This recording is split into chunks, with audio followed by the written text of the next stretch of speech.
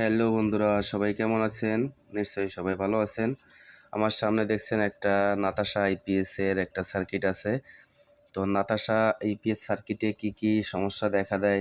সাধারণত বেশি সমস্যা দেয় চার্জিং এর ক্ষেত্রে, এসি ইনপুটের ক্ষেত্রে সমস্যা দেখা দেয়। তো সেই বিষয়ে আপনাদের সাথে একটু আলোচনা করব। তো আপনারা সাধারণত একটা নাতাশা বোর্ডে দেখবেন এরকম 4টে আইসি থাকে। এখানে থাকে একটা হার্জ আইসি, এখানে থাকে একটা ওভারলোড আইসি, এখানে একটা আপনার ইউপিএস মোড এবং আপনার চার্জিংয়ের কাজ করে একটা আইসি, এখানে আর একটা আইসি থাকে। তা এখানে এখানে থাকে 35, 25, 25 একটা আইসি, আর এখানে থাকে 324। এখানে 3টে আইসি থাকে, 324 আইসি। তো আপনারা দেখছেন যে এই সার্কিটটা এখনও ফ্রেশ আছে এবং এই আইসিগুলো আমি তুলে আরেকটা কাজে লাগিয়েছি।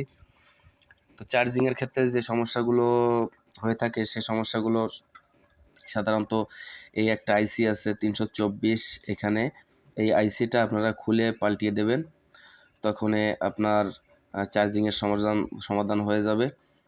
আর এখানে একটা আইসি থাকে, আপনি এখানে যে দুটো আইসি থাকে, দুটো আইসি আপনি একেবারে চেঞ্জ করে দিবেন, তাহলে আপনার চার্জিংয়ের সমস্যা আপনার 50% দূর হয়ে যাবে। তো আরও কারণ আছে চার্জিংয়ের জন্য। এখানে দুটো আইসির মতো আছে, দেখেন এখানে এখানে দুটো আইসির মতো আছে।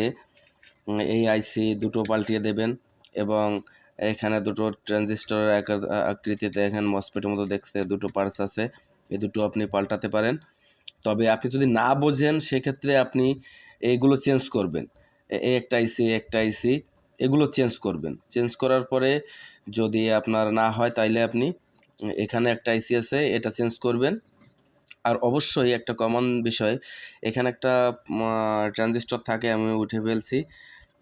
এই ট্রানজিস্টরটা, এখানে একটা ট্রানজিস্টর, এখানে একটা ট্রানজিস্টর, এখানে একটা, এই দেখছেন এখানে 4টে ট্রানজিস্টর থাকে এখানে। সাধারণত আরেকটা বোর্ডে ছিল 4টে থাকে।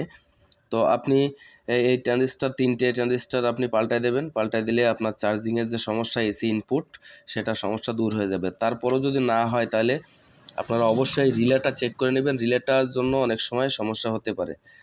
আর যাদের দেখছেন যে চার্জিং কন্ট্রোলে আসছে না, হাই এম্পিয়ার অলরেডি সবসময়ের জন্য হাই এম্পিয়ার উঠছে, তখন আপনার এখানে দেখছেন সিরামিকের কয়েকটা ওয়াট রেজিস্ট্যান্স আছে, এই রেজিস্ট্যান্সগুলো আপনি চেঞ্জ করে দিবেন, একবারে সবগুলো চেঞ্জ করে দিবেন, তাইলে আপনার সমস্যার সমাধান হয়ে যাবে।